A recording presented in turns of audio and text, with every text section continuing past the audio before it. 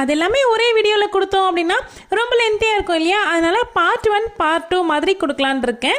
சொல்ல முடியாது, பார்ட் 3 கூட வந்தால் வரலாம். ஏன்னா அந்த அளவுக்கு லிஸ்ட் அவுட் பண்ணி வச்சுருக்கேன். இந்த வீடியோவில் இன்வெஸ்ட்மெண்ட் பண்ணி சம்பாதிக்கிற வழிகளும் சொல்லியிருக்கேன், இன்வெஸ்ட்மெண்ட்டே இல்லாமல் பணம் சம்பாதிக்கிற வழியுமே சொல்லியிருக்கேன். கண்டிப்பாக உங்களுக்கு யூஸ்ஃபுல்லாக இருக்கும். குழந்தைங்க எல்லாருமே சின்ன சின்னதாக இருக்காங்க, என்னால் வேலைக்கு போய் சம்பாதிக்க முடியாது, பிள்ளைகளை பார்க்கறதுக்கு ஆள் இல்லைன்னு நினைக்கிறவங்களுக்கு இந்த வீடியோ ஒரு வரப்பிரசாதமாக தான் இருக்க போகுது. இந்த பார்ட் 1 வீடியோவில் ஒரு 10 ஐடியாஸ் தான் நான் கொடுத்துருக்கேன். அந்த ஐடியாஸ் எல்லாம் பார்க்கறதுக்கு முன்னாடி ஒரு சில விஷயங்களை இங்கே நம்ம டிஸ்கஸ் பண்ணி ஆகணும். பொதுவாகவே பெண்கள் கல்யாணத்துக்கு முன்னாடி வேலைக்கு போயிட்டு இருப்பாங்க. அந்த மாதிரி இருக்கவங்க கல்யாணத்துக்கு பிறகுமே சில பேர் வந்து வேலையை கண்டினியூ பண்ணிட்டு தான் இருப்பாங்க.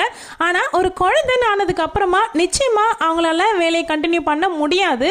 குழந்தைய பார்த்துக்க ஆள் இருக்காங்க அப்படிங்கிற பட்சத்தில் அவங்க வேலையை விடாமல் போயிட்டு இருக்கலாம். ஆனால் பார்த்துக்க ஆள் இல்லை அப்படின்னும் பொழுது நிச்சயமாக வேலையை விடுற சூழ்நிலை தான் இருக்கும். பணம்